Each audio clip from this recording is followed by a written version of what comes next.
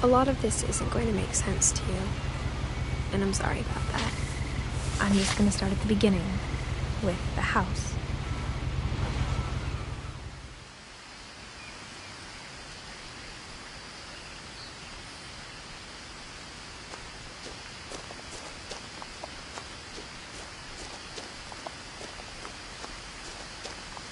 I lived here until I was 11, but I wasn't allowed inside half the rooms.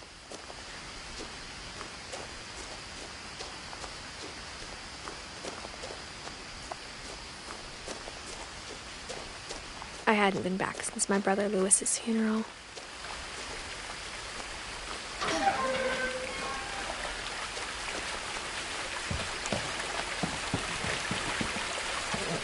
In her will, my mother left me a key, but didn't tell me what it unlocked. Maybe she thought I'd know, or she thought that the mystery would be enough to bring me back.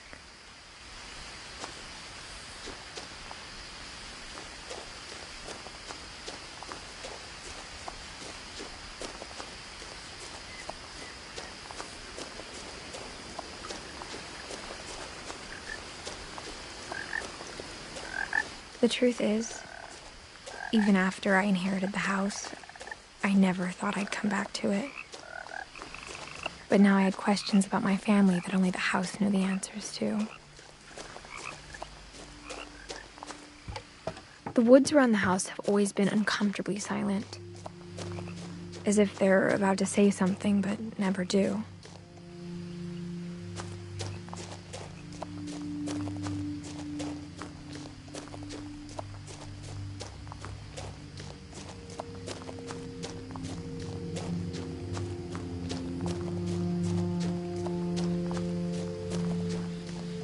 The house was exactly like I remembered it, the way I'd been dreaming about it.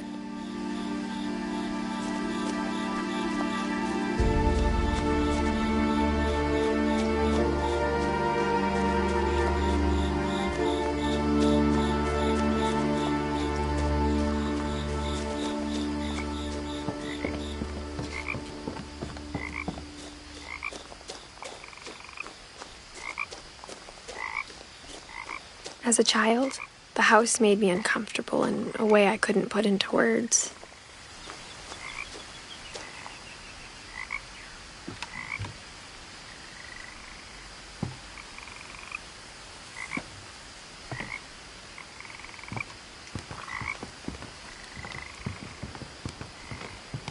I asked Edie once about the dragon in the pond. She said it had killed her husband. I was 6. It seemed like an odd joke to me, even then.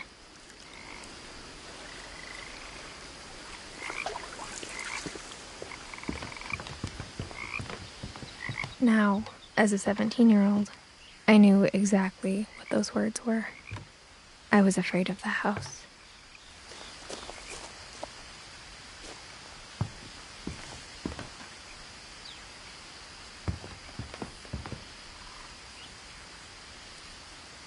I hoped the key might unlock the front door. It didn't.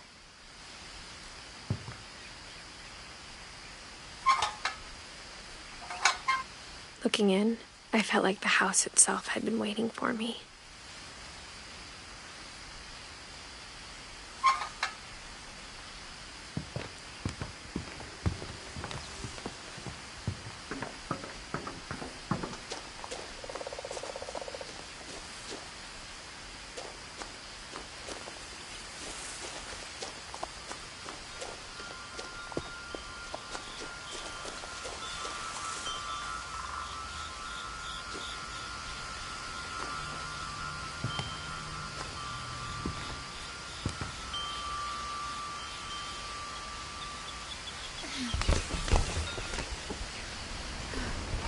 Crawling through the doggy door used to be a lot easier when I was 11.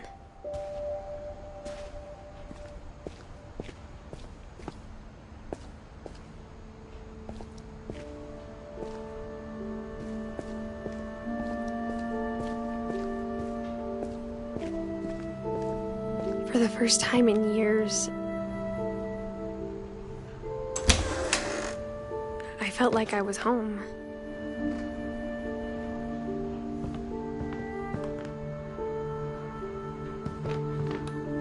But instead of a family, there were just memories of one.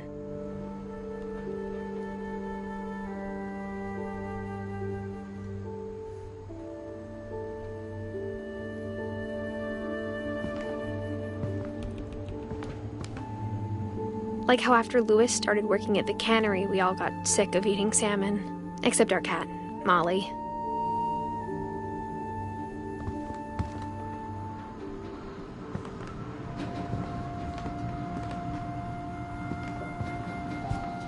Nothing in the house looked abnormal. There was just too much of it, like a smile with too many teeth.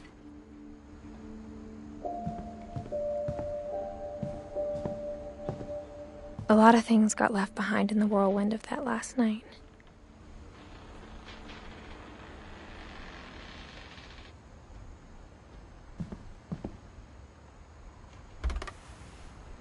Edie told me once that every Finch who ever lived is buried somewhere in the library.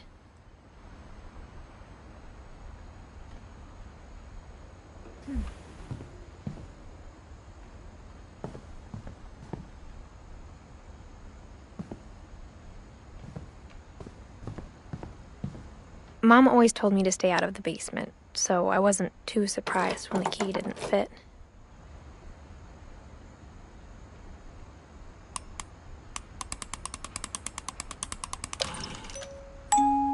Great-Grandpa Sven built a music box for Barbara, along with the rest of the house.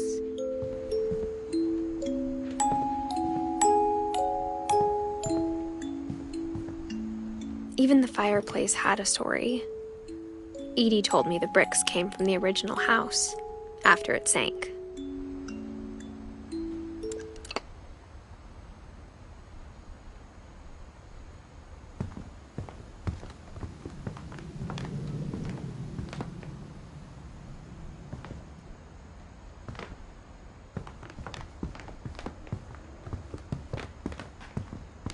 The table was still a wreck from the night we left.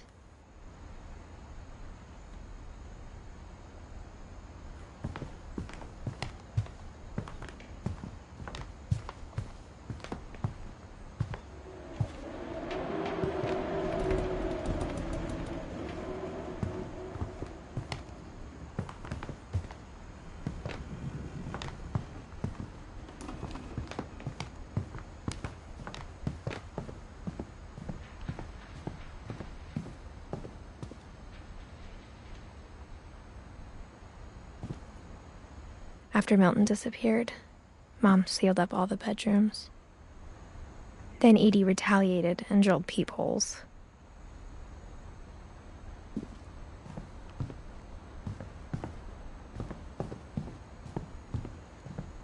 I spent a lot of time playing in Great Uncle Walter's room. I think my mom sometimes regretted not sealing it up.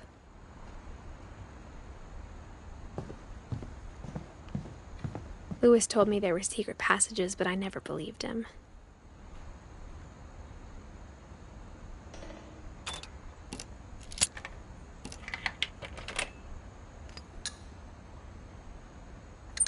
Turns out, my mom was really good at keeping secrets.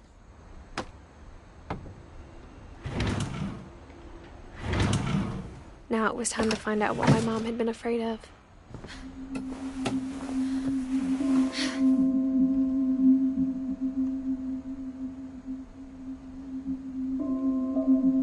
From the paintings on the wall, it was clear my brother Milton had been here before me. Reading this, maybe it sounds like I had a plan. But I had no idea what was behind that door.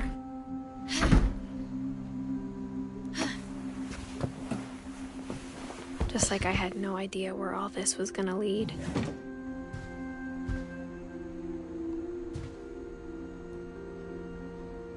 I grew up looking at Molly's room through the peephole.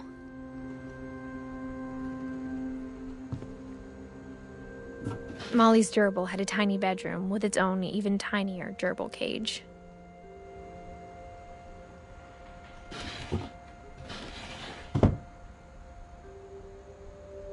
Being inside for the first time, I felt like I'd stepped behind a painting.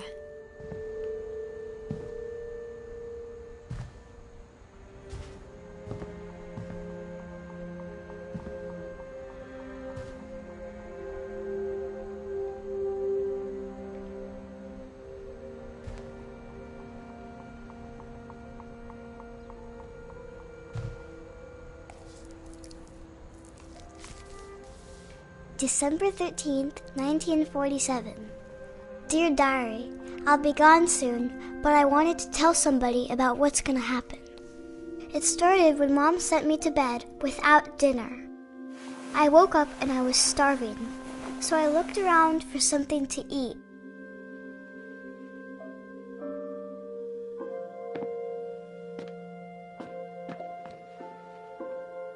The gerbil food was dry, but I didn't mind it.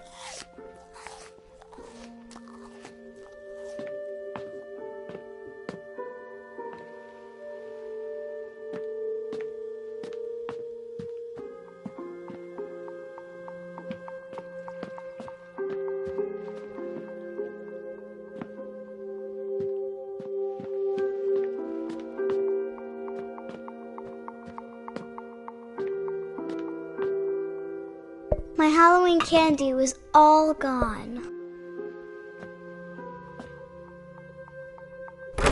Mom, can I come out now? Sweetheart, it's late. Go to sleep.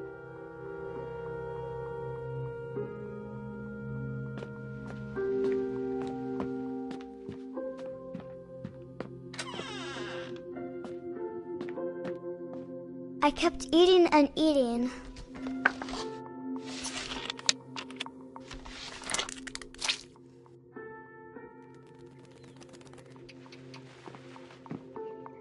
I ate a lot of things that night.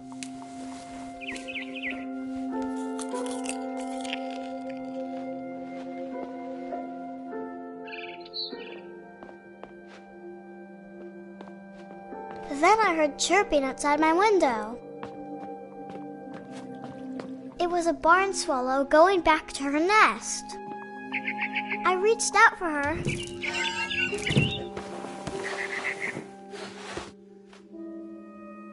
And suddenly,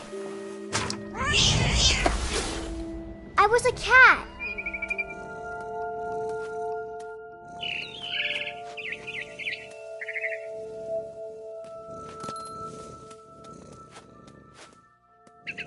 I tried to be quiet, but the bird was really scared.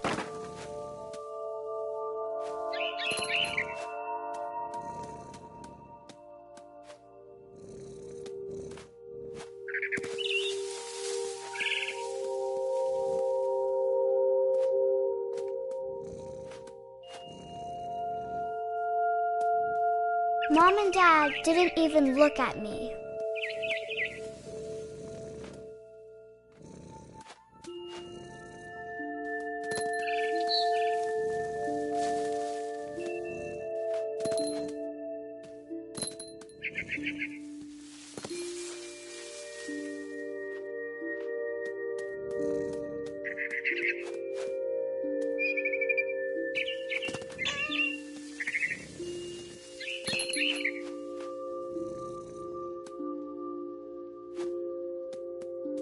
I jumped and I almost got her.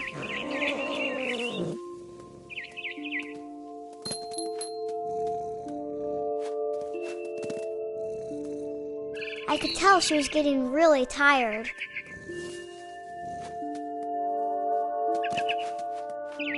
Now I was up in the big tree. I promised Dad I wouldn't climb it anymore. All I cared about was eating that mama bird.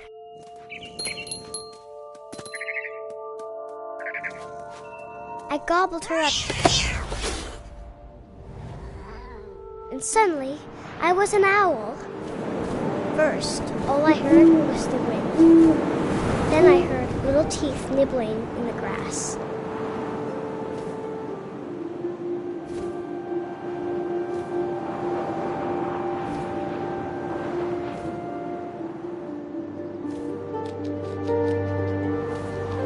Rabbits.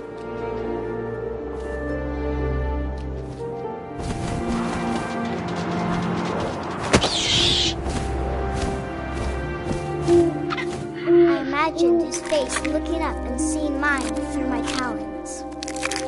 I swallowed him up, and I didn't chew one bit.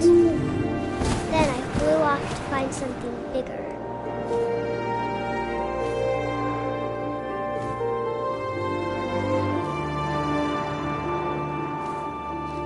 A mama rabbit.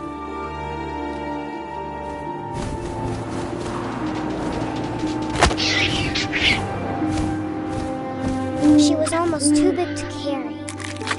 I started choking, but I couldn't stop eating. And suddenly, I was a shark.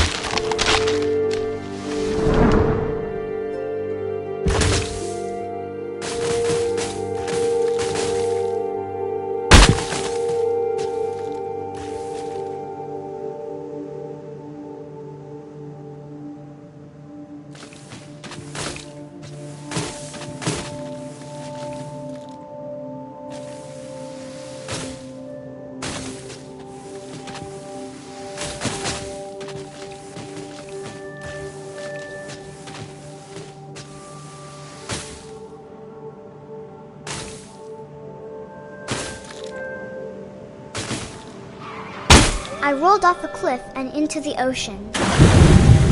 Now, I was hungrier than ever.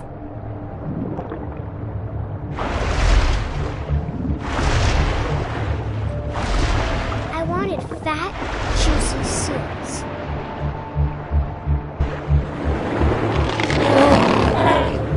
I tore off her flipper, and it tasted really good.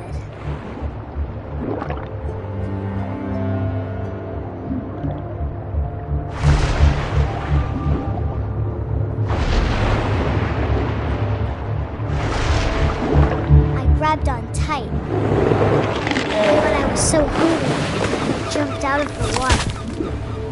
When I opened my eyes, everything had changed.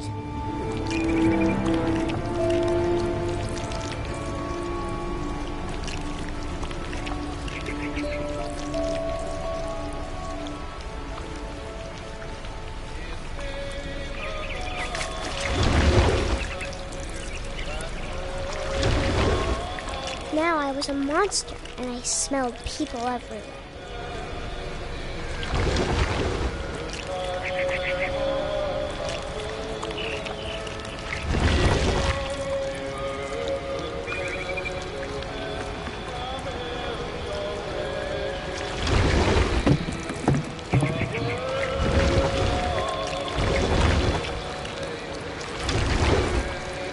I was big, and I moved real quiet.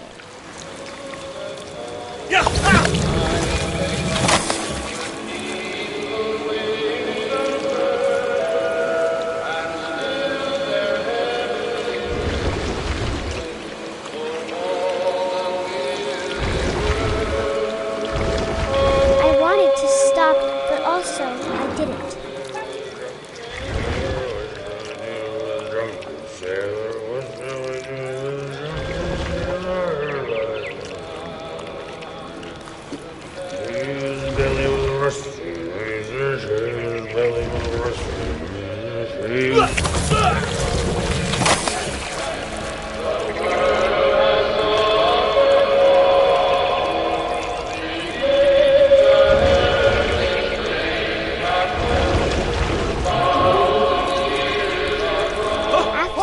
Passenger, I was still hungry. And to cross the water, I smelled something new. Something I had to have, so I swam towards it.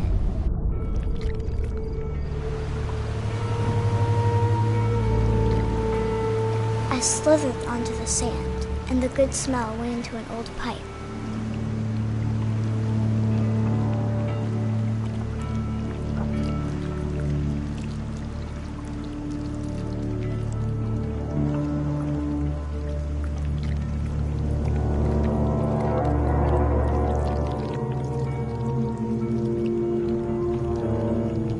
I got closer and closer.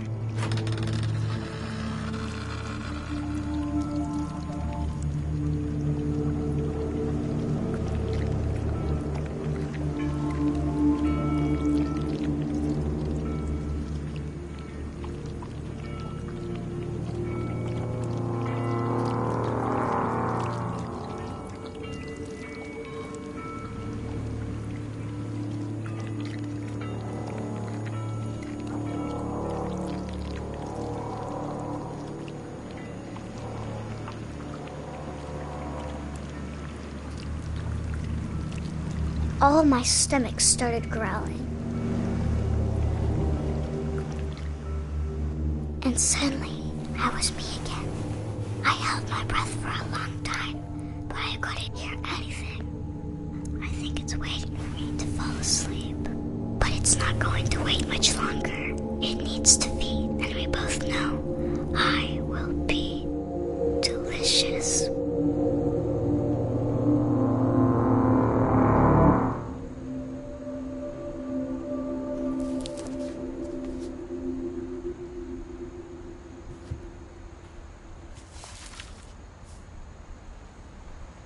I'm not sure if I believed all of that, but I'm sure Edie would have.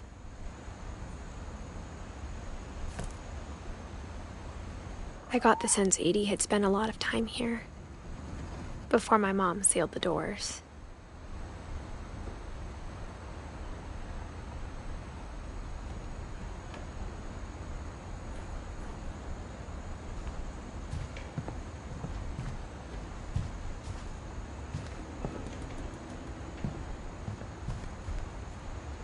I can't describe it, but I felt like some part of Molly was still here.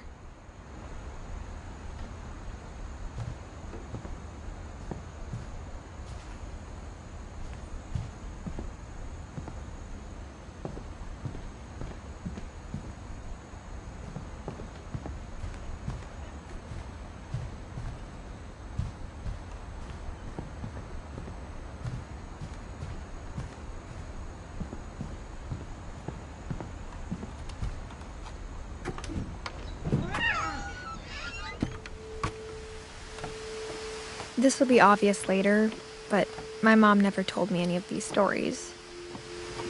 Edie would have, but Mom didn't like bringing up the past. Though, when we adopted a stray kitten, she was the one who named it Molly.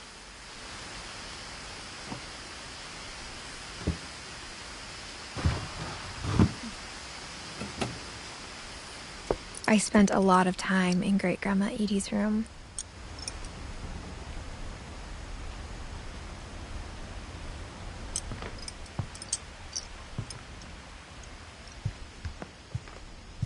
When Edie told people Sven was killed by a dragon, she could also have said he was building a dragon-shaped slide that collapsed. She could have, but she didn't.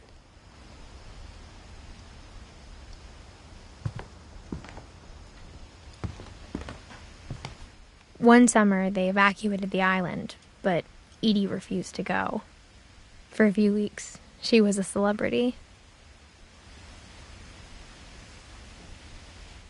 I hadn't thought of myself as Edith Jr. for a long, long time. Edie gave a big interview about a mole man living under the Finch house. My mom was furious.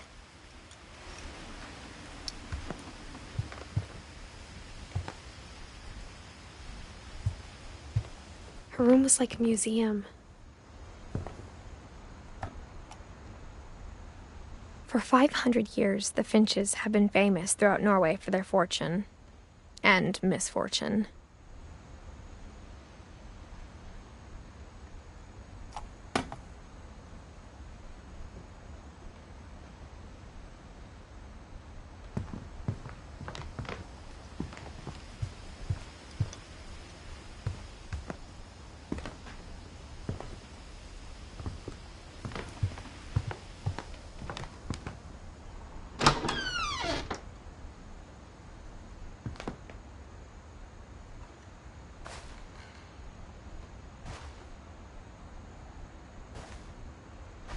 The only trace Grandpa Sam's first wife, Kay, left on the house was the pink bathroom. It was a pretty big trace.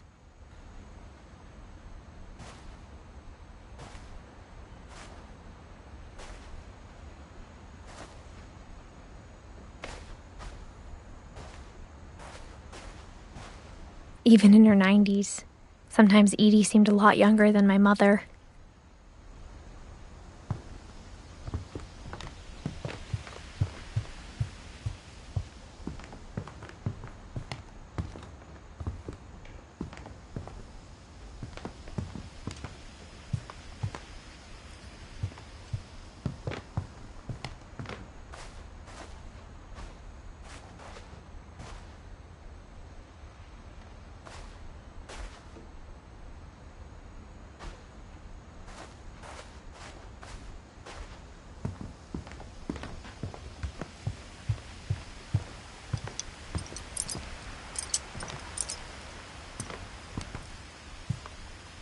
Louis died a week before we left, but Edie had already started to memorialize him.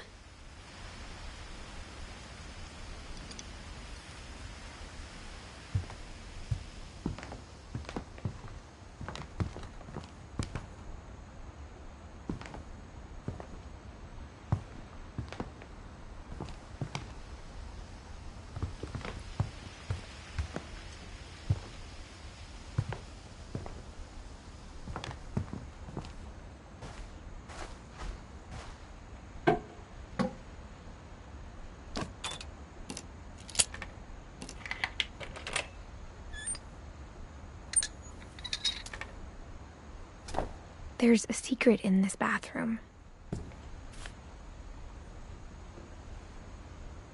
It's in the last place you would look. It isn't in the cupboard. It's hidden in this book.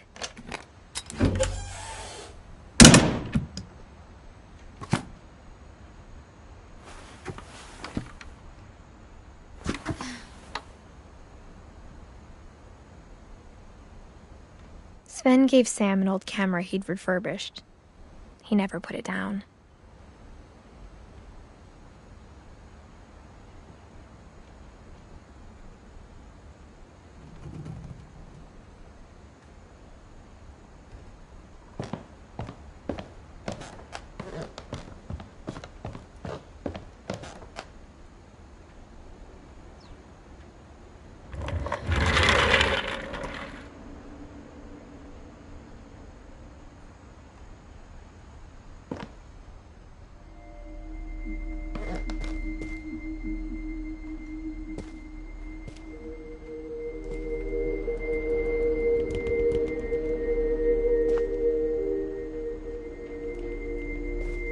I knew Grandpa Sam had a twin.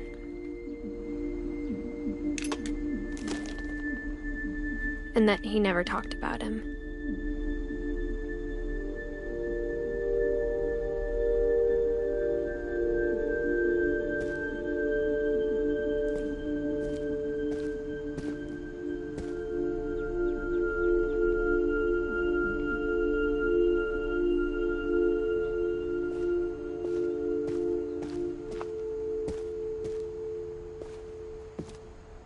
I guess my grandpa didn't like history any more than my mom did.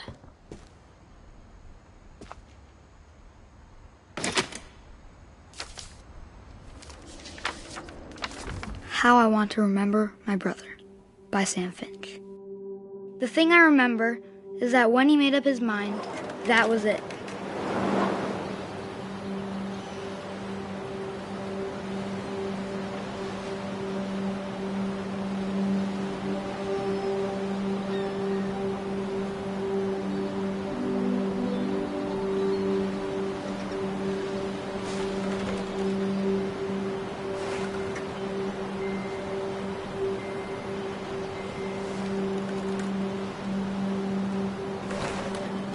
My brother said he'd die before he ate another mushroom, and he did. At Barbara's funeral, we swore we'd never be afraid again, and he wasn't. I think Calvin always wanted to fly. Sam! Calvin! Dinner's ready! Coming! But that day, he finally made up his mind to do it. I told him going around was impossible. Maybe if I hadn't said that. Calvin! I'm not gonna tell you again! Maybe if the wind hadn't picked up. Then maybe he'd still be here. But I doubt it. I think he'd already made up his mind. That's what I want to remember about my brother.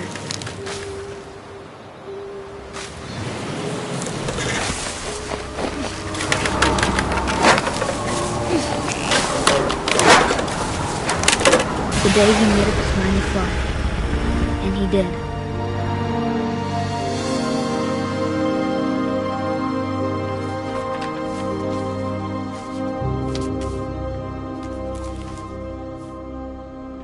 Calvin's story felt strangely familiar. When I was younger, I remember trying to do the exact same thing.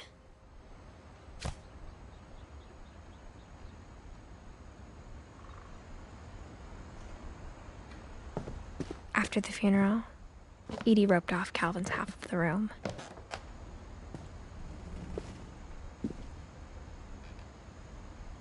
Mom said Grandpa Sam enlisted at 18 and never set foot in the room again.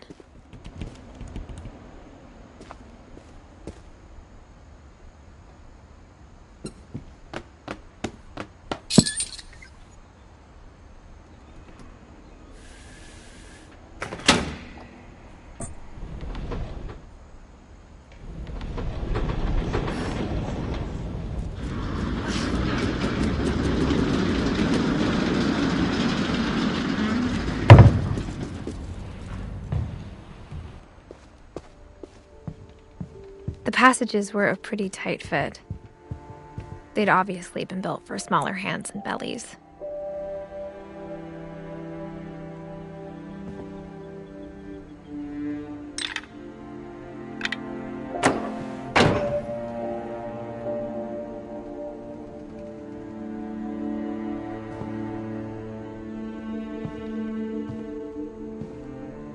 Edie's father, Odin, built the original house. Whenever people ask me about my family, the first thing they always want to know about is Barbara.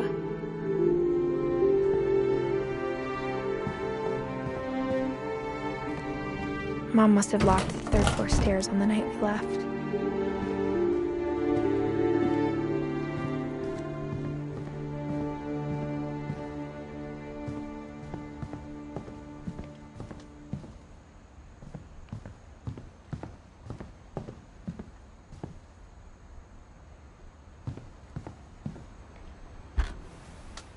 As a kid, I just assumed every house had peepholes and sealed rooms you weren't allowed inside of. My Grandpa Sam spent 7 years sharing a room with his dead brother, Calvin.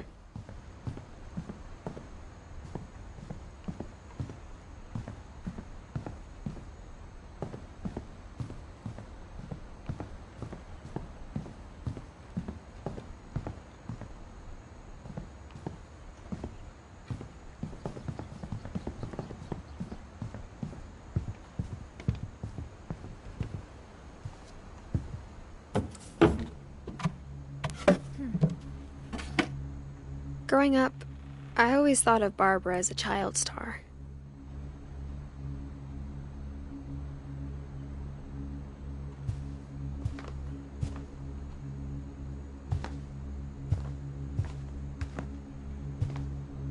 I never thought about how hard it must have been for her afterwards.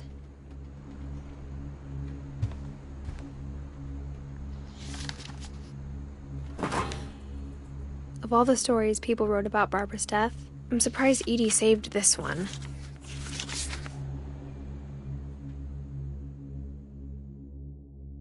Old Jack here with another ghastly tale inspired by America's most unfortunate family. I'm calling it The Surprise Ending of Barbara Finch. As a child star, Barbara was famous for her scream. Now at 16, she was all washed up. A has-been. But in a lucky break, she'd been asked to perform her signature scream at a local convention for monster movie fans. It was just the boost her career needed. Unfortunately, her scream hadn't aged well. Getting better. I think you just need the right motivation. Her biggest fan and current boyfriend, Rick, was about to demonstrate when... Now that was a great scream. It was Barbara's father, Sven. He'd slipped into a table saw and had to be rushed to the emergency room. So Barbara got stuck babysitting her youngest brother, Walter. Her convention comeback was cancelled. Okay, I'm hearing frustration, but I'm not hearing terror. What if I tried... A gang of hoodlums in Halloween masks have been terrorizing Orcas Island tonight. Police are urging residents to... That came from the basement. You're right! Also, I loved your delivery on that. Why is your basement door locked? Because my dad likes making puzzles and secret passages. There's a key hidden in the music box. The secret is to keep winding and winding until finally the key pops out. Thanks, babe. I'll be back in a sec. 20 minutes later, Rick hadn't returned. So Barbara went to look for him, right on cue. She reached for the music box. And as she wound the key, she listened for Rick, but the house was silent.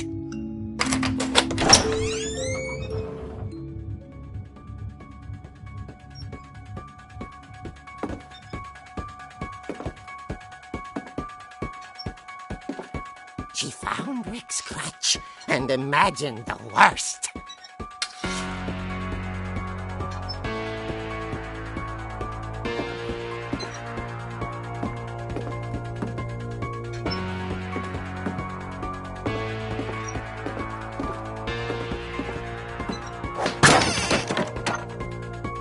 The gang's leader is the infamous Hookman killer, Dr. Carl Hamill, who impaled and then ate his family 10 years ago tonight.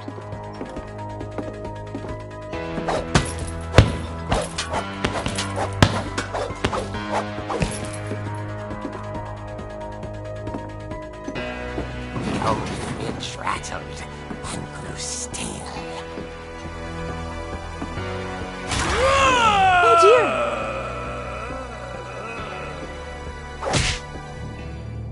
Oh! Rick? Barb, relax. I was just trying to scare you to help you find your scream. Well, I'm not scared, Rick.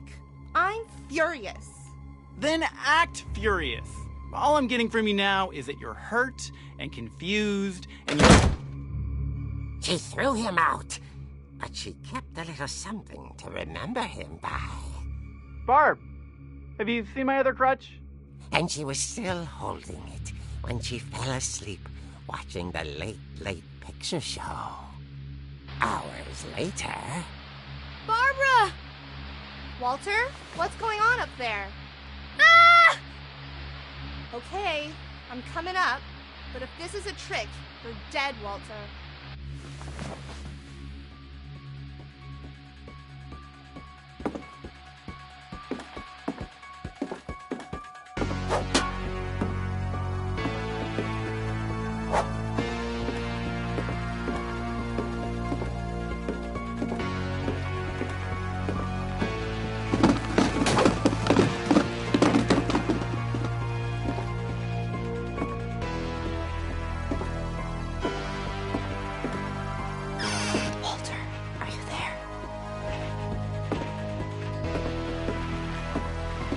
Walter had vanished, but his bedside radio was still on.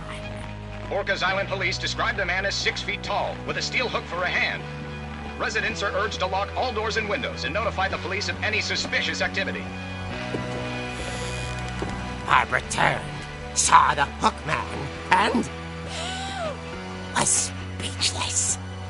He was quite smashing. And the only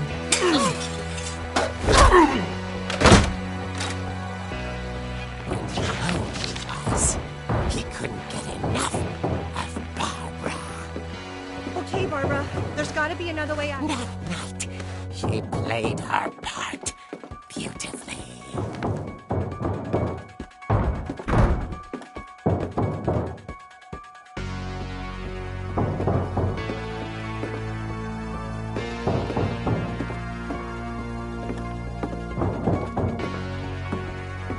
She thought about abandoning Walter, but just couldn't do it.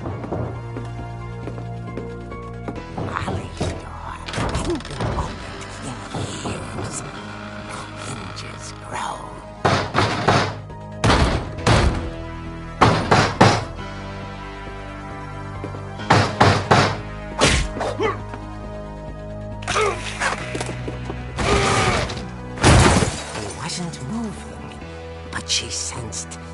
story might not be over yet.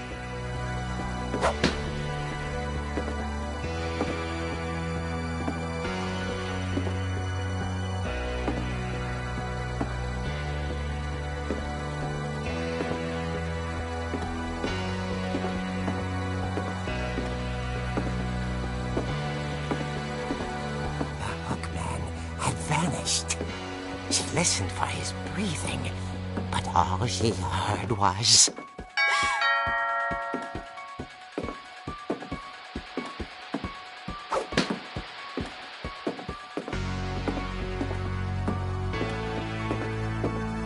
Someone at the door was dying to speak to young Barbara. At the door, she heard whispering. It was coming from inside the house.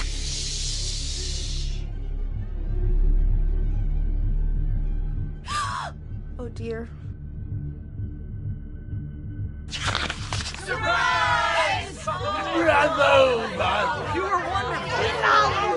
The monsters had come to surprise her.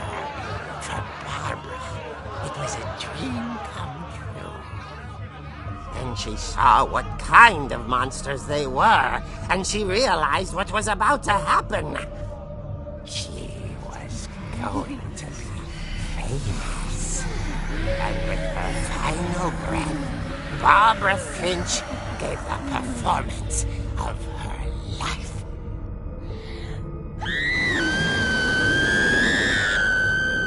I wasn't there myself, but I hear Barbara was magnificent. Poor girl. She had a taste for stardom. But unfortunately, so did her fans. Of course, the police blamed it all on poor Rick, who disappeared the same night. And little Walter, hiding under his bed the whole time. He took it all pretty hard, but that's another story. As for Barbara, tucked inside the music box is all they ever found of her. Her ear. Now that's what I call a real eerie tale.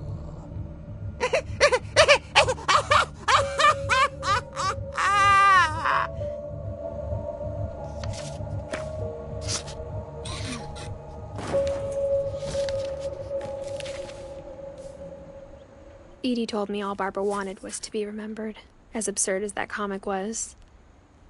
Maybe what Edie saw was a happy ending.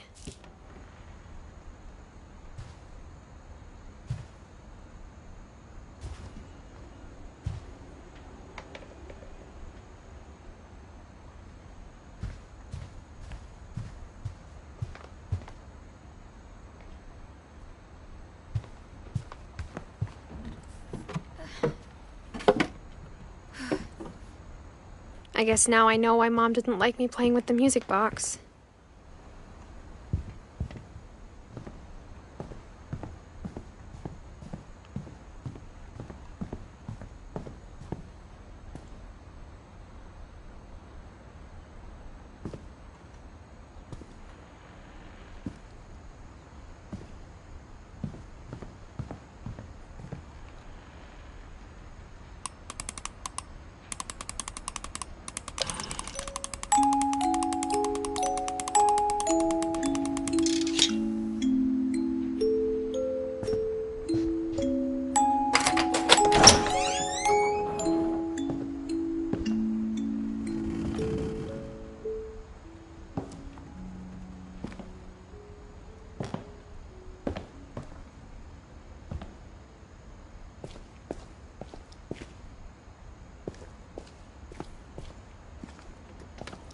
Mom said the basement was off limits, unless I wanted another tetanus shot.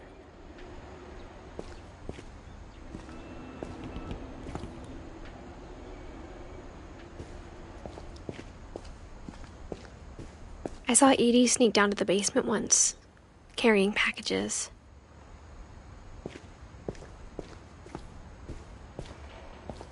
I thought maybe she was hiding presents.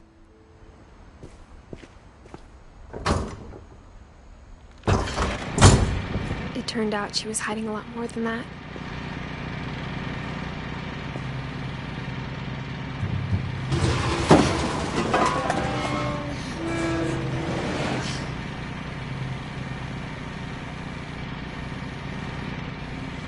I remember asking Mom once about where Walter had gone. She said after Barbara died, he got as far away as he could. If there's a pattern in all these stories, I think it's that none of us has gotten very far.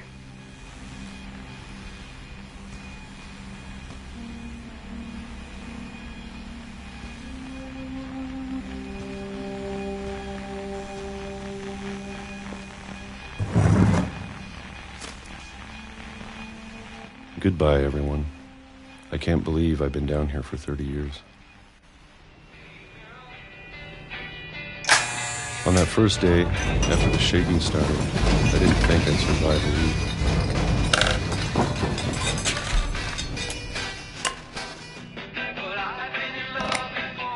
But after a few days, I settled into a routine. That's what kept me sane.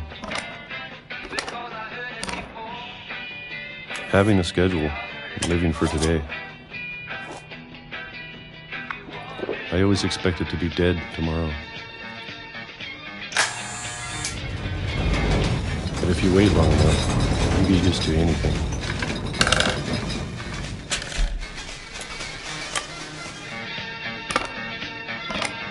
Even a monster on the other side of the door starts to feel normal. Almost friendly.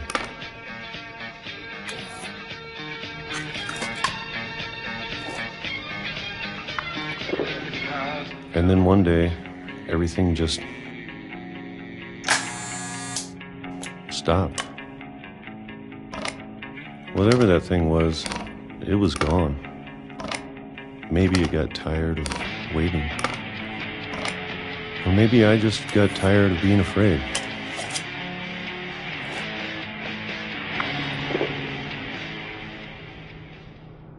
It's been a week now, the longest in 30 years. I'm done waiting.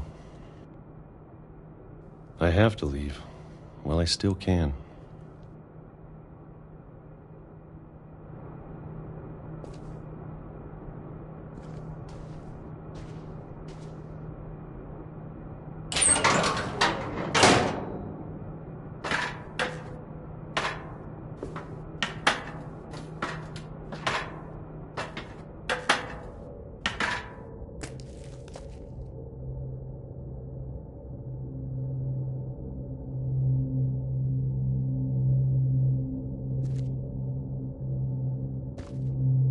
I know it's out there, somewhere.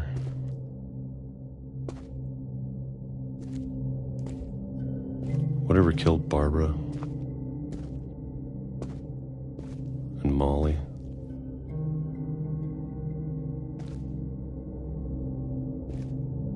And Calvin. Maybe this is all a mistake. But I need to stop living the same day, even if it kills me.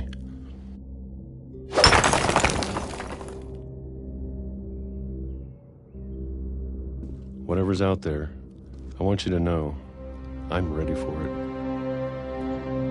I'm going to appreciate all of it, especially the food. I don't mind if I only have a year left, or a month, or a single week. I'd be happy with one new day. I can already imagine the sun on my face.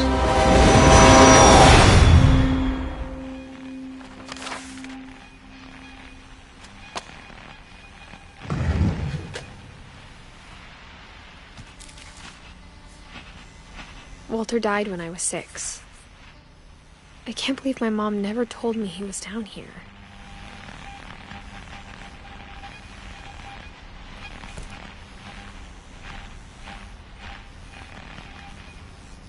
I'm sure my mom was trying to protect me.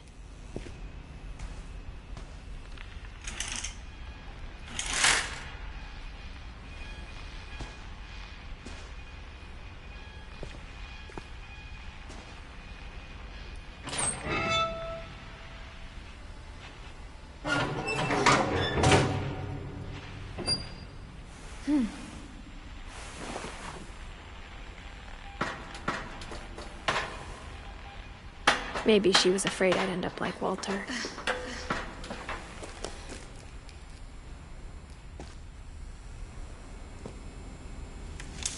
But if she never told me about an uncle under the house,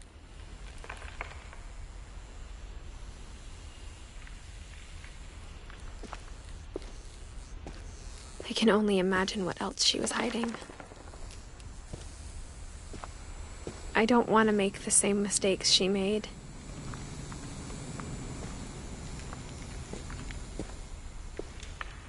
Trying to bury something that's still alive.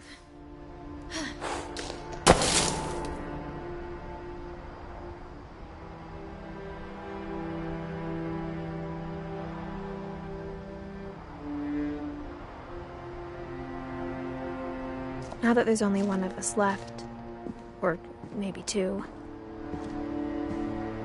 I thought it was time I heard the stories for myself and found out what happened to everyone else. But now I'm worried the stories themselves might be the problem. Maybe we believed so much in a family curse, we made it real.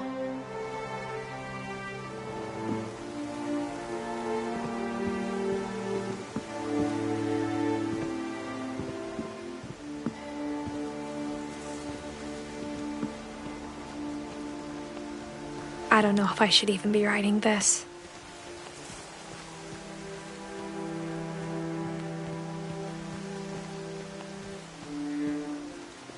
Maybe it'd be better if all this just died with me.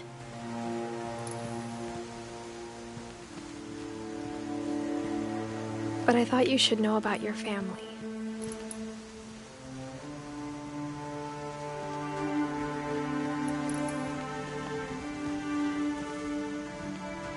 And the history you're a part of. Though to be honest, I feel as lost as you probably do right now.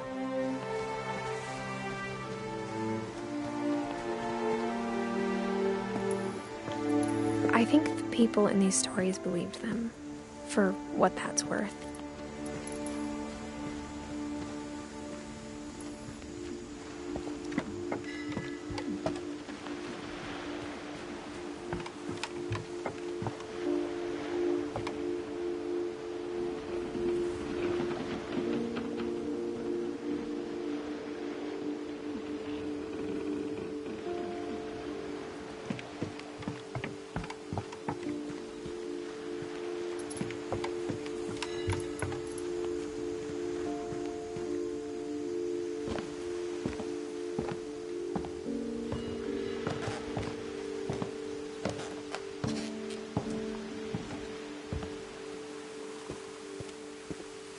And when you look at the house, that history of imagination and stubbornness and madness,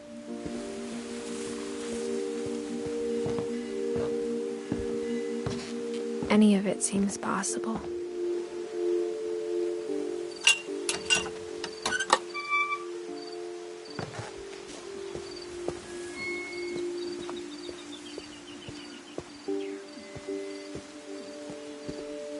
I think we've been surrounded by death for so long, we've just gotten used to it. What kind of family finishes building a cemetery before starting the house?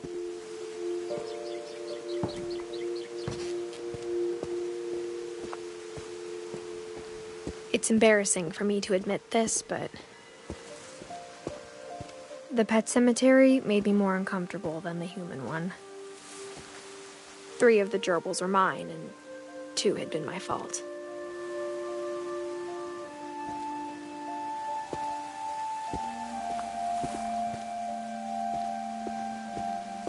Sven built the house, but it was Edie who designed the cemetery.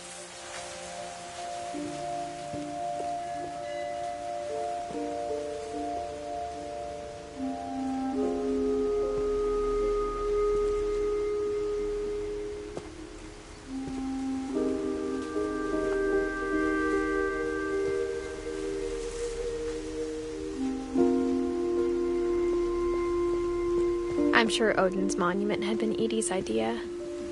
My mom was always trying to move on, but for Edie, the past never went away.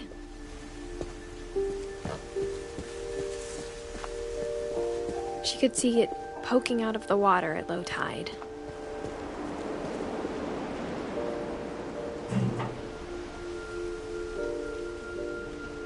Edie said she dreamed about the old house every night.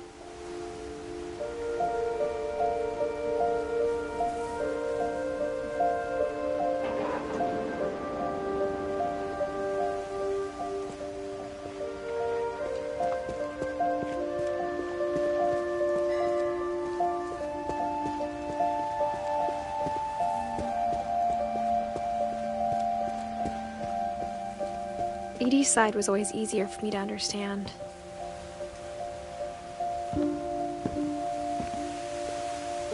But the older I get, the more I can see where my mom was coming from.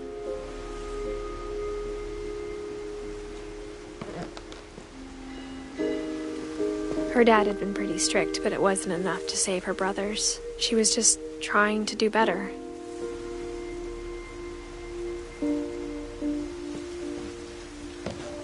She lost 2 of her brothers, just like I did. I get why she tried so hard to protect us. We never found Milton's body, so my mom insisted we were putting up a monument, not a tombstone.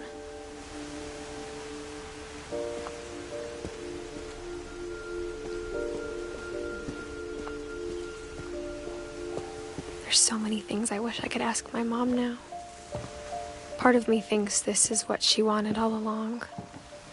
For me to come back someday and find everything out for myself.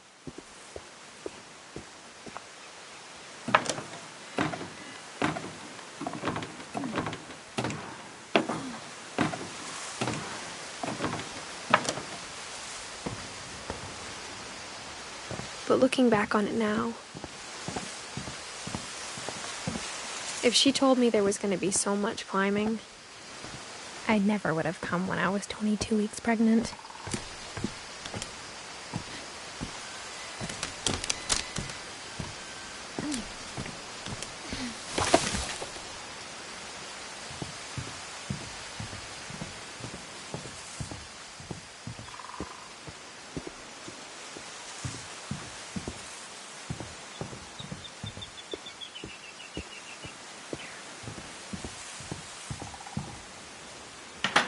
I never met Grandpa Sam, but I think he and my mom had a lot in common.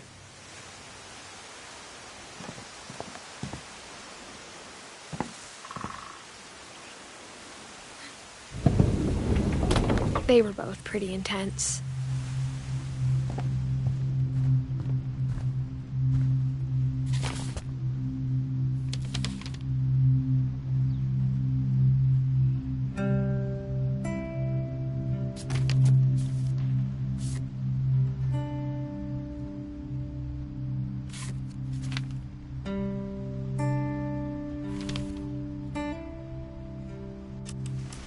Dawn, I promise, you'll never forget this weekend. Yes, sir. These memories are gonna last a lifetime. Mm-hmm. Am I gonna have to shoot anything? It's a hunting trip, Dawn. Shooting is strongly encouraged. Perfect. It's gonna rain the whole weekend, isn't it? We'll never forget this weekend, Dad. That's the spirit. Okay, got it. I'm gonna take some pictures, okay? Just be careful. That camera's older than you are.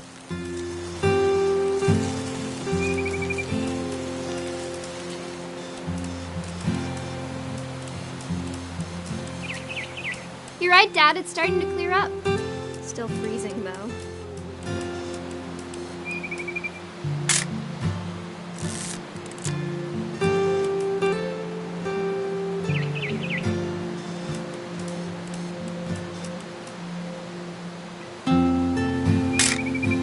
Aw.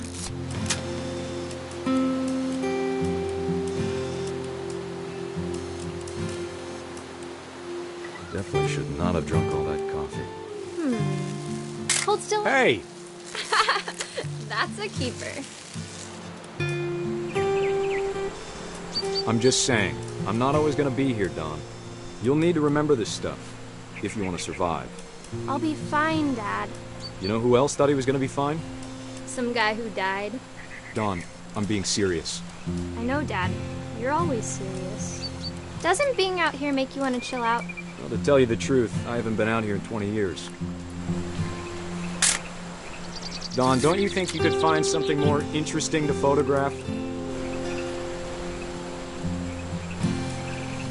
Last time I was with my brother Calvin. Man, that was a great trip. Your grandpa Sven taught us how to fish, how to build a fire. We found an old logging trail. There were deer everywhere. I bet if I could remember where that trail was, we'd spot a buck for you in no time. Give me a minute to check the map.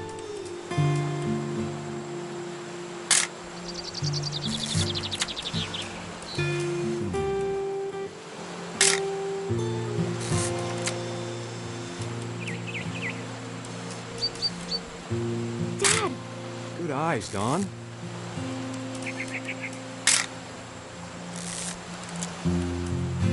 Before you take the shot, let me get a picture of you.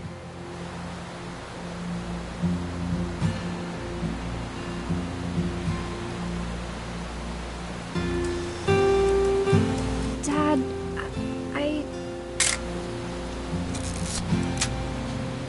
Let me get behind you. do I have to do this? Dawn, you don't have to do anything. But if you want to survive, you'll need to be strong.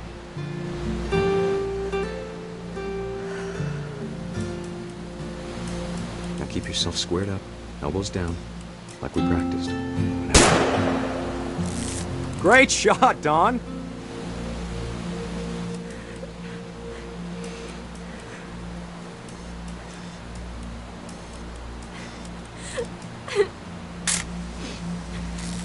I'm proud of you, Dawn.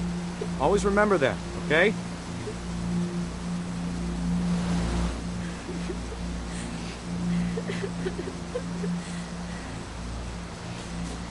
Sorry, Dawn. Just gotta reset the timer.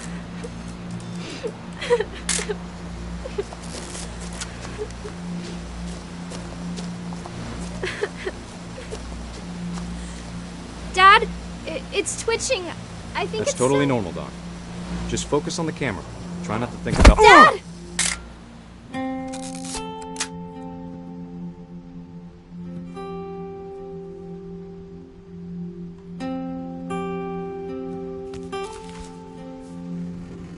Of all these stories, that's the one I wish most that my mom had told me.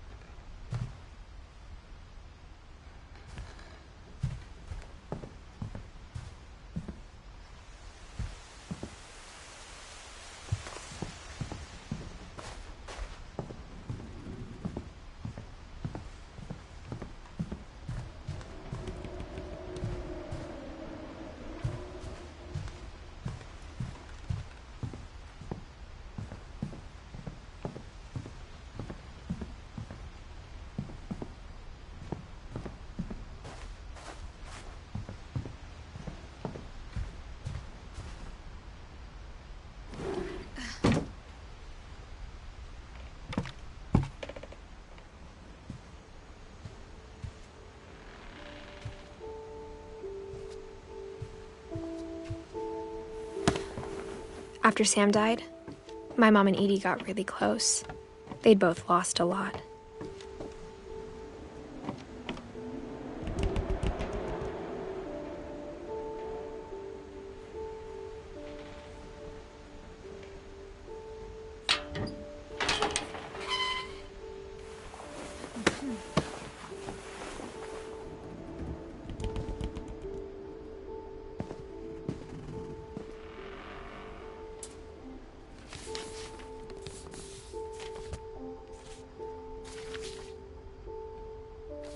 Dear Kay, do you remember the way Gregory used to laugh when he thought he was alone? Like something funny was happening, but only he could see it.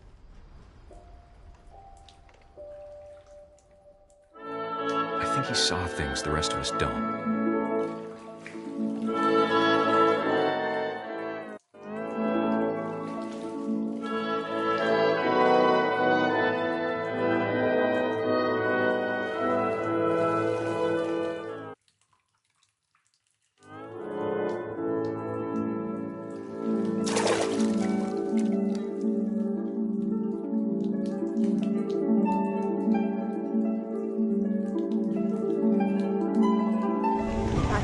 Gregory, it's time to...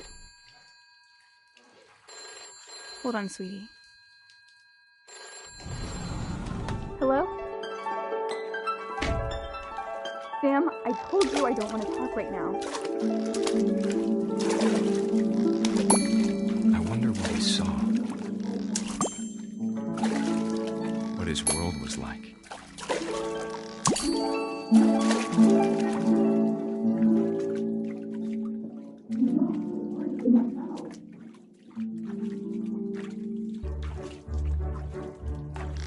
He reminded me so much of Calvin.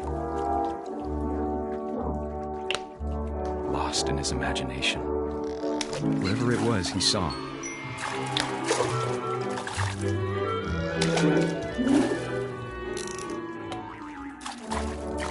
It sure made him happy.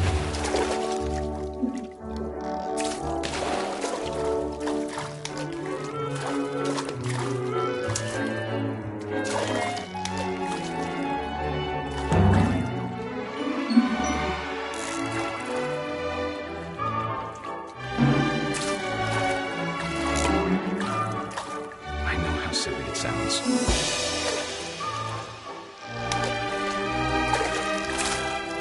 But I'm worried about a baby being too happy. I can feel him slipping away. Sorry about that, Gregory. I know you did everything you could. Maybe if I hadn't called that night.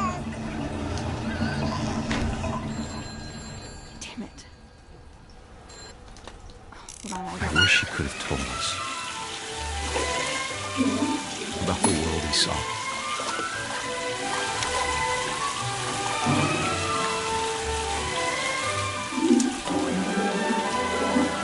There's so much I don't understand about Gregory, about everything.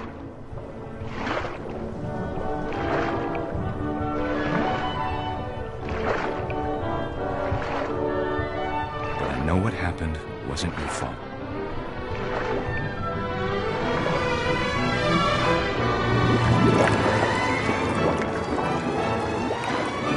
I'm sure he's happy.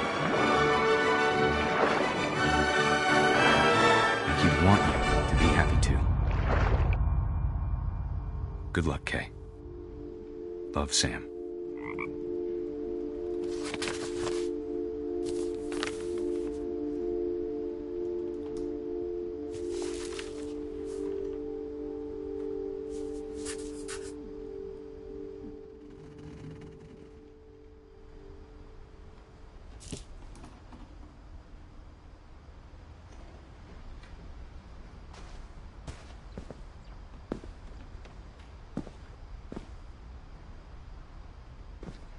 I can't imagine my mom ever writing poetry, and yet... A poem for Gus, who always said the wedding was a bad idea.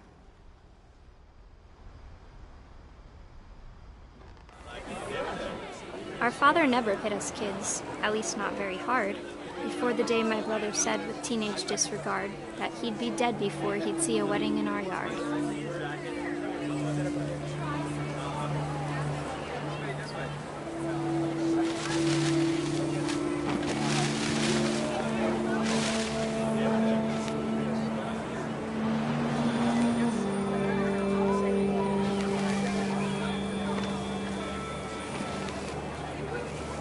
My father made him come, of course, but Gus stood far apart, just flew his kite and bottled up the storm inside his heart.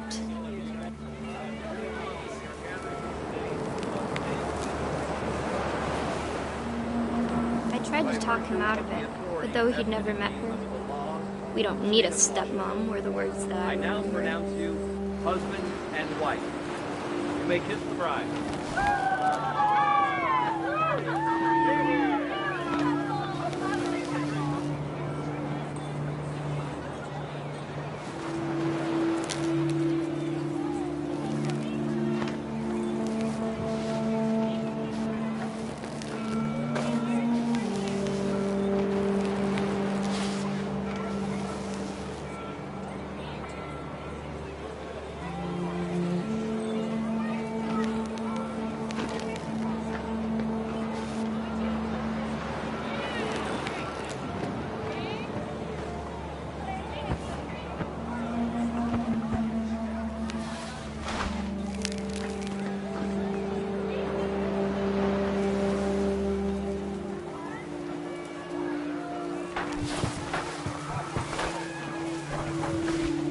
When the time for photos came, Dad ordered him to come here. But Gus declined, and as a sign held up his middle finger.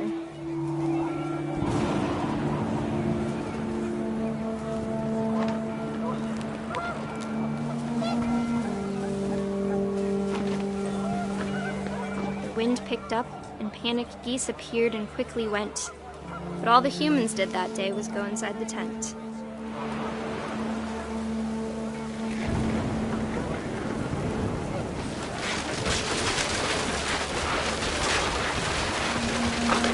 The rain came down in buckets then, but no one seemed afraid that nature might destroy the tent our dad had crudely made.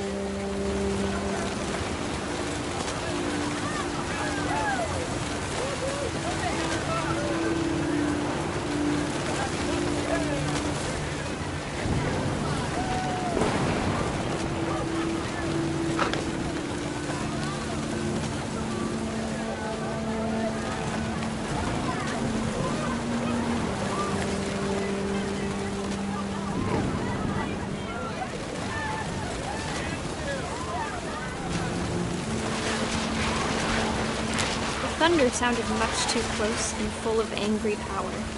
But all my father said to this was, "Make the music louder."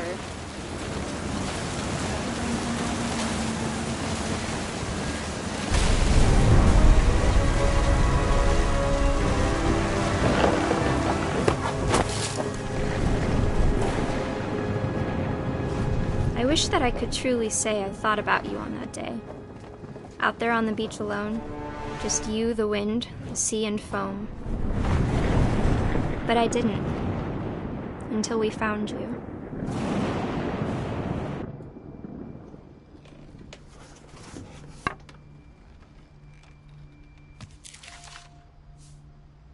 She never talked about him, but Mom told me once if I was a boy, they were going to name me Gus.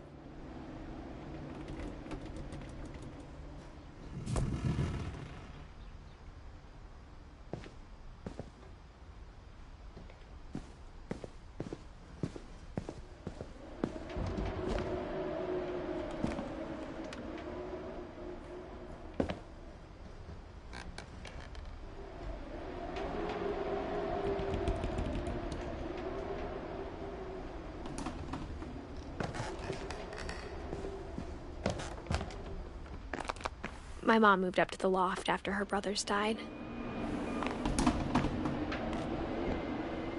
At the time, it was as far away as she could get.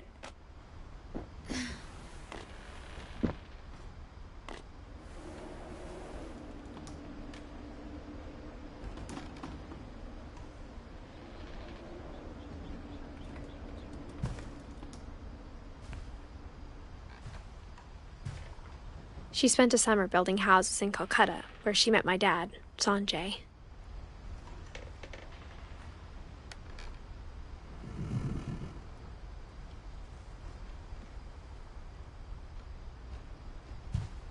Religion was another thing my mom never talked about, but I think it helped her a lot after her dad died.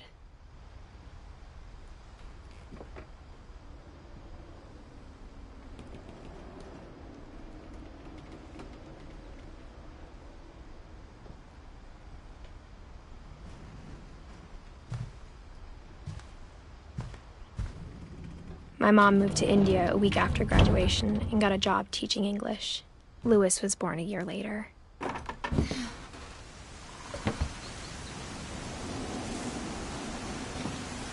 When my dad died, I don't think Mom knew where else to go.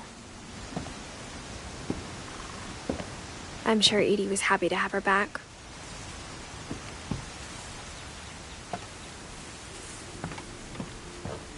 The house had to get a little bigger, but Edie was used to that.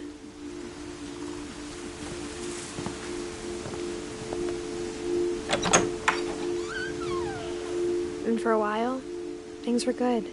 Almost normal.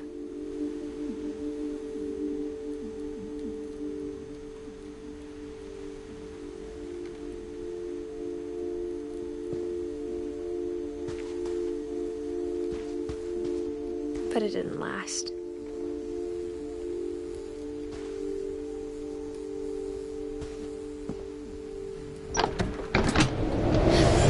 The beginning of the end was Milton's 10th birthday, when Edie gave him a castle.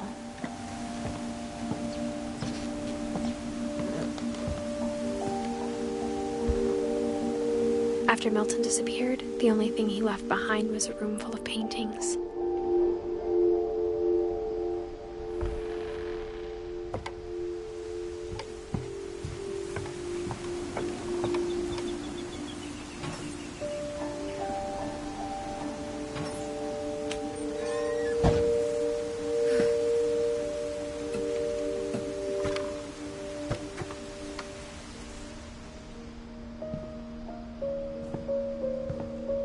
I think Edie was happy to finally have another painter in the family.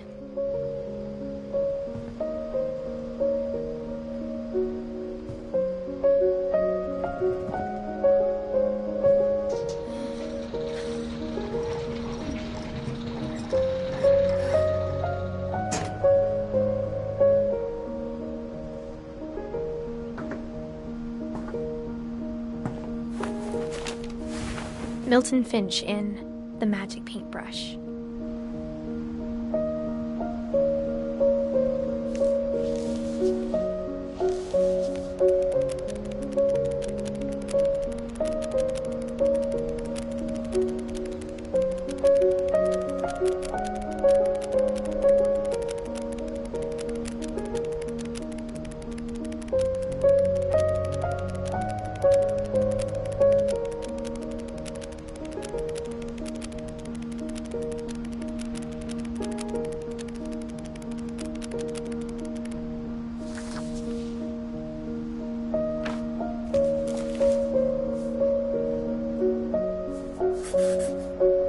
I was 4 when Milton disappeared.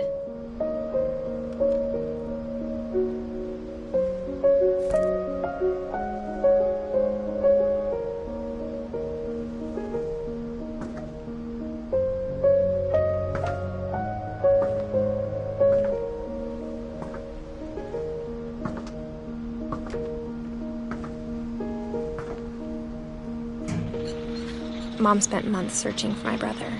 Then she sealed the doors.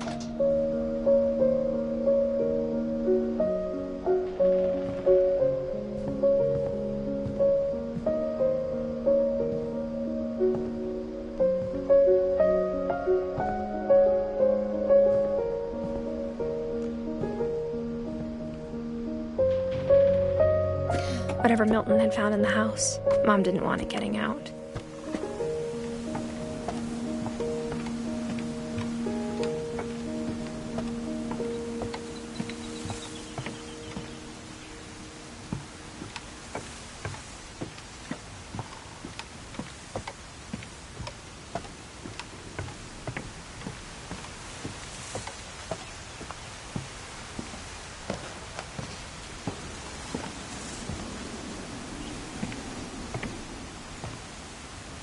Mom definitely blamed Edie, but I think Louis blamed himself. After he graduated, he just spent more and more time in his room, until Mom got him a job at the cannery.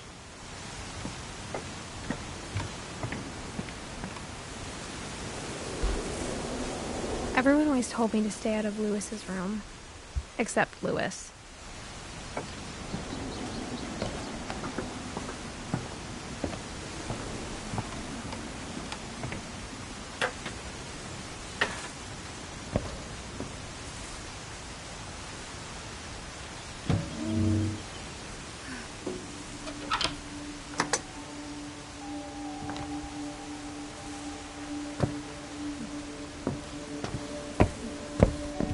Lewis's room smelled very, very familiar. That part of him lived on.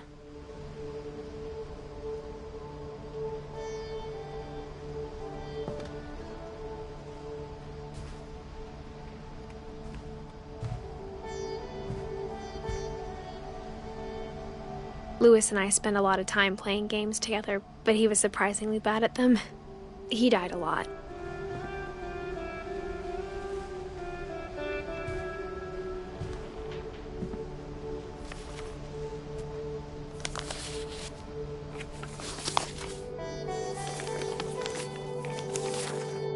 Dear Mrs. Finch, as Lewis's psychiatrist, I can understand your desire for an explanation. As I see it, the trouble began in January, shortly after we convinced your son to seek treatment for substance abuse. Newly sober, I believe Lewis first noticed the monotony of his daily life.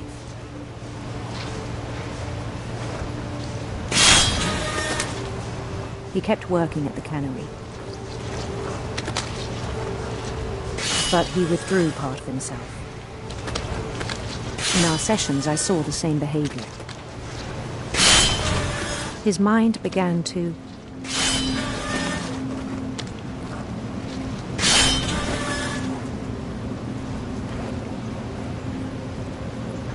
wander.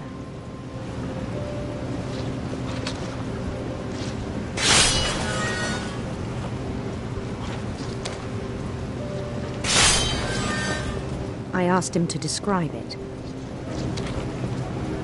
He said he started small, imagining a labyrinth. He'd feel his way about. Then something moved. Bats and toads.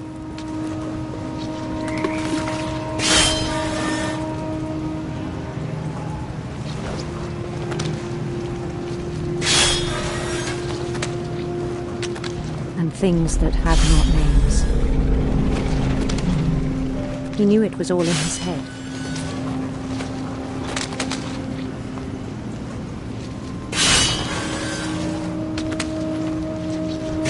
But he took it very seriously. I had hoped he'd find himself.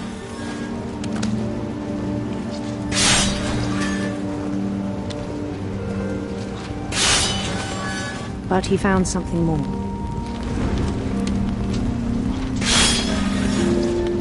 I worried about him then. Daydreaming at the cannery. I spoke with his boss. But he said Lewis had become a model employee. Methodical, tireless, focused. Like a whole new Lewis. So I let him go on.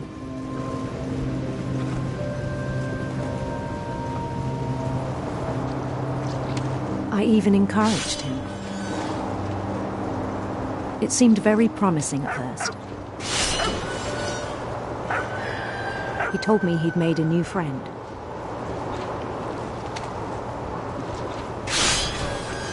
On the edge of a city he named Lewis Topia. He built the city up slowly, brick by brick. Then he made musicians.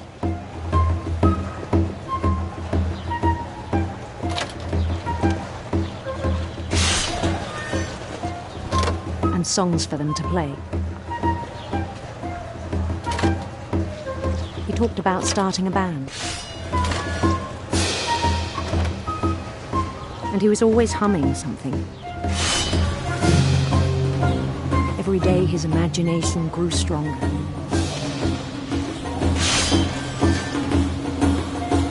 He no longer spoke at the cannery.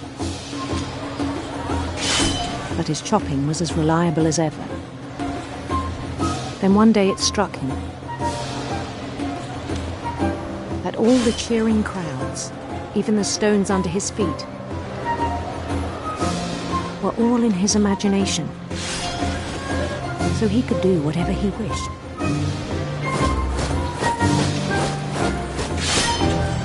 he held an election for mayor. And he won.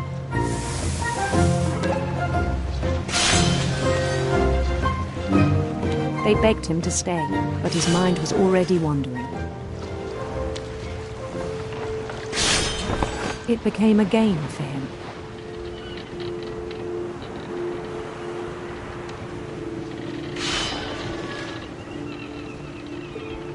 He'd conquer a city, then immediately push on. New Louisville.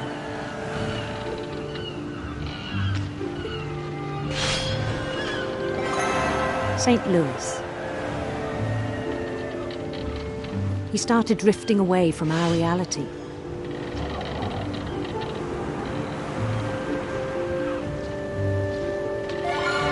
Minneapolis, until one day he forgot to go home from the cannery. Even as his mother pleaded with him, part of Louis kept sailing on.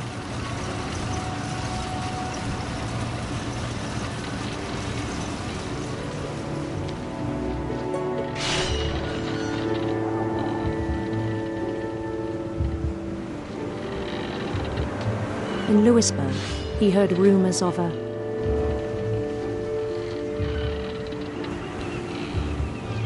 beautiful prince.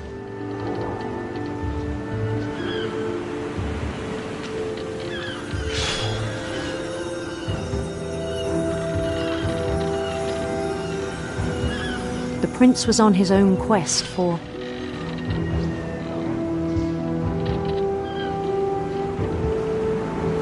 radiant rainbows.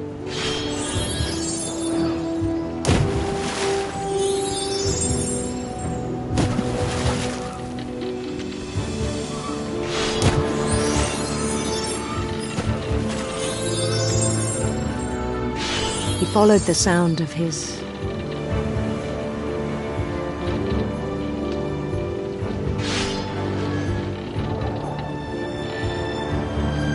electric sitar.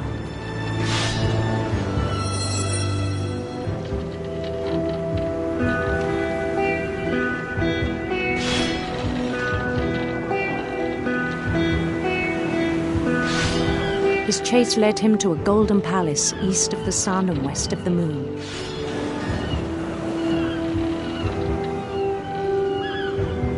Even then, his logic remained sound.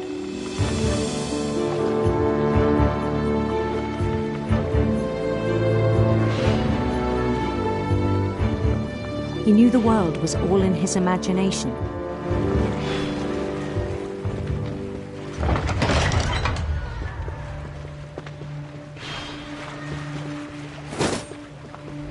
But he was so proud of having created it.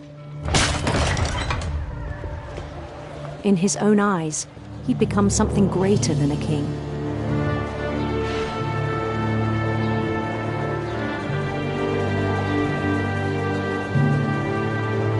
For someone who'd never known success in the real world, I think it was overwhelming.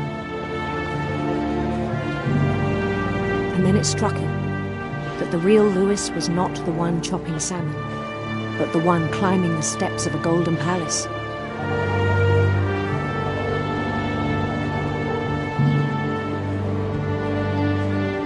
My imagination is as real as my body, he told me. It was hard to argue with him.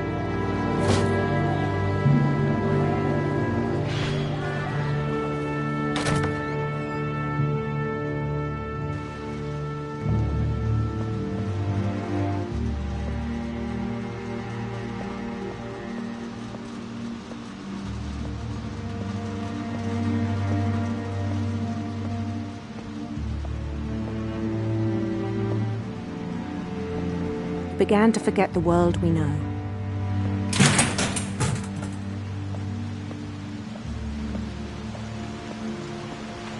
I think it pained him to remember Louis, the cannery worker.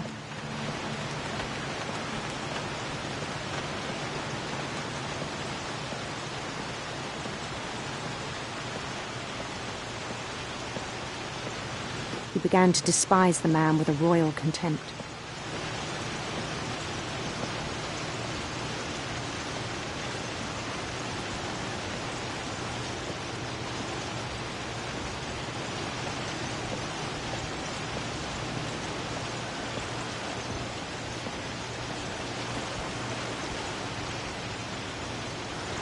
I still thought I could save him.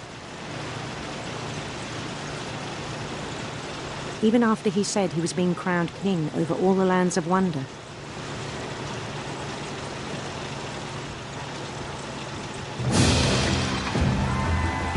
The palace would be packed with his companions.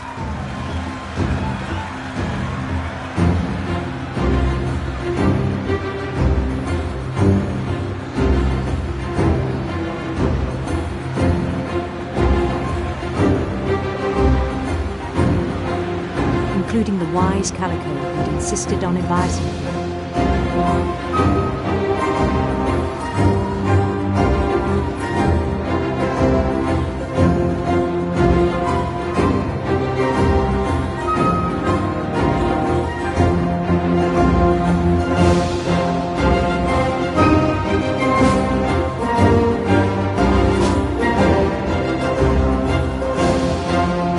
His prince waited, holding his crown.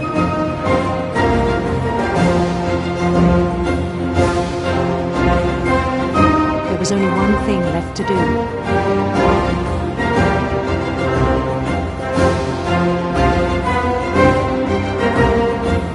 Bend down his head.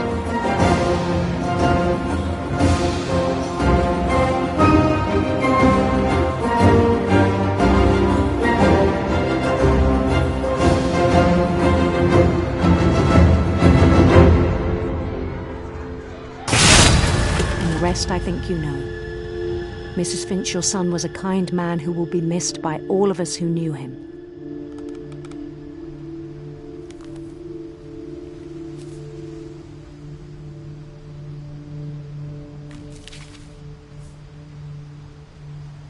My brother was really cool.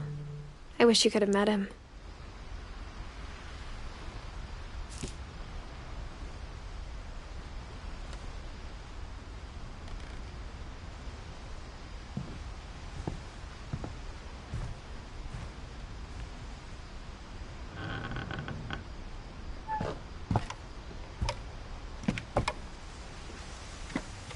On the way back from Lewis's funeral, my mom told me to start packing. She waited until the day before we left to tell Edie. I'm not sure if she wanted to make it easier or harder.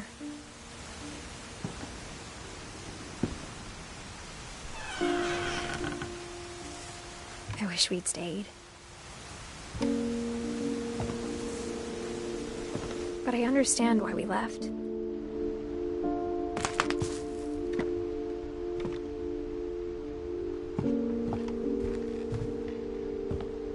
My mom ended up leaving everything behind. What happened that night had been coming for a long time. Maybe it should have come sooner.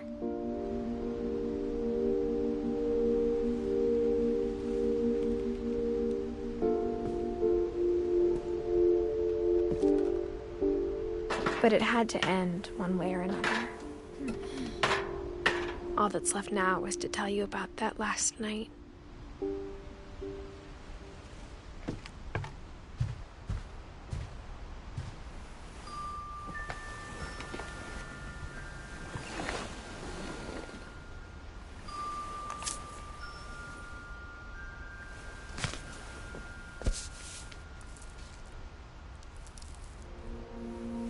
That whole last day, Edie just watched us pack and didn't say a word.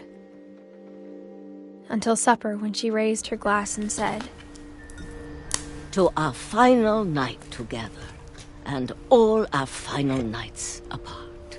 Grandma, you know what I said about alcohol. Some of your medications are very Edith, specific. I left a present for you in the hallway. Why don't you go open it? The grown-ups have to argue now. I'm sorry, you're right. We're all leaving tomorrow. Let's just enjoy our last... I'm not leaving. Edith, you're excused.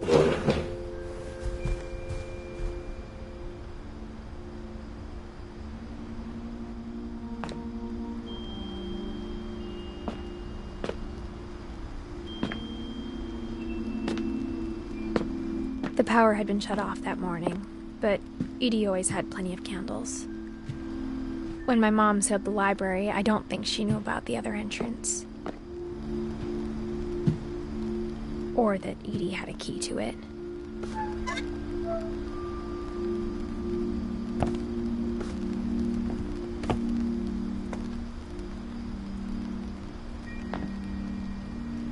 That thing you're afraid of isn't going to end when you leave the house.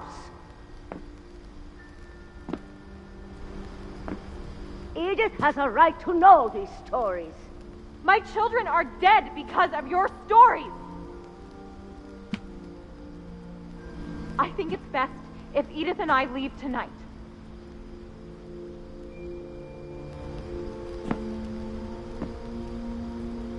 We'll have the nursing home send a van for you in the morning, okay?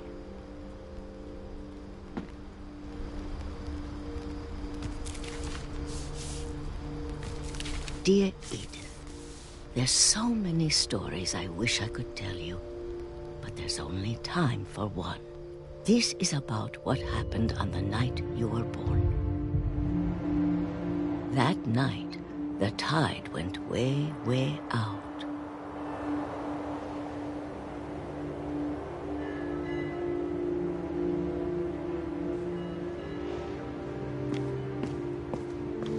It was the first and last time I ever saw the old house aground.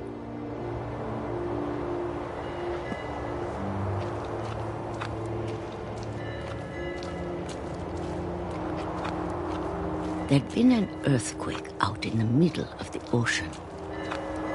They called it the lowest tide in 1,000 years. God, it smelled awful. You know, I've seen that house every day of my life.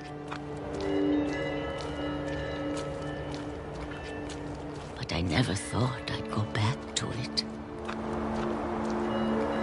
When the fog rolled in, I lost my way.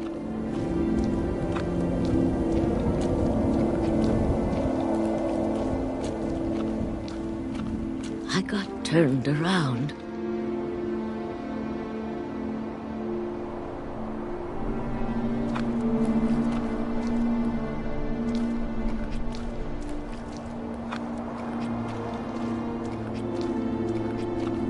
I started seeing things.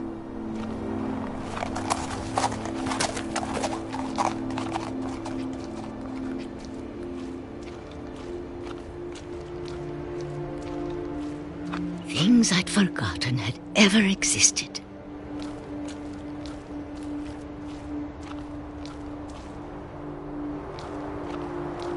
But when I saw them, they felt like old friends. That night, a lot of things came back to me. Or maybe I came back to them.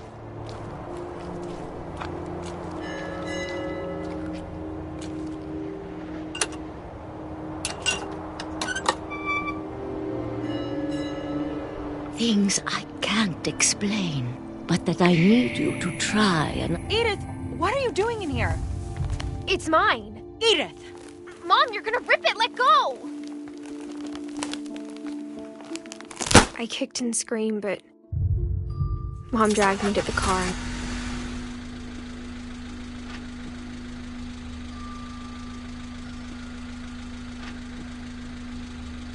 I never saw Great-Grandma Edie again. The next morning, the van came to pick her up, but she was already gone. After that, we moved around a lot.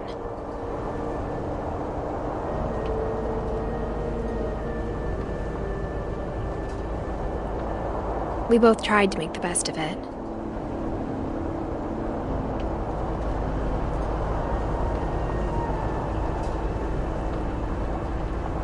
A few years went by.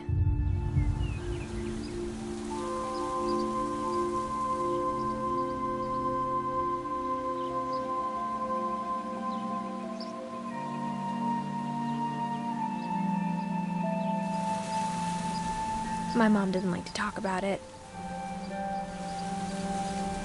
but she started getting sick a lot. The rest happened pretty quickly.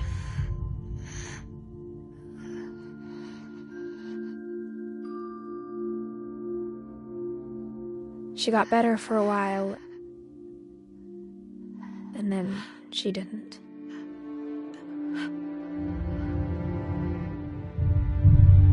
And then I was alone. The last Finch left alive.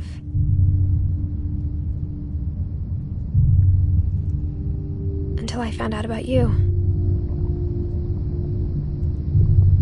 I'm still not sure what to tell you about all this. If we lived forever, maybe we'd have time to understand things. But as it is, I think the best we can do is try to open our eyes. And appreciate how strange and brief all of this is.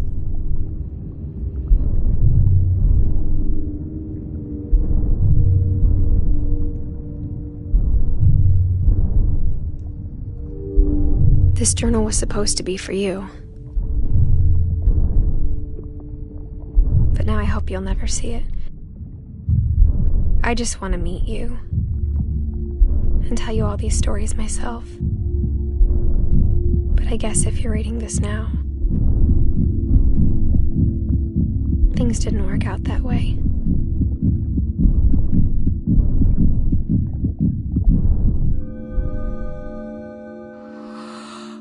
This is where your story begins. I'm sorry I won't be there to see it. It's a lot to ask, but I don't want you to be sad that I'm gone.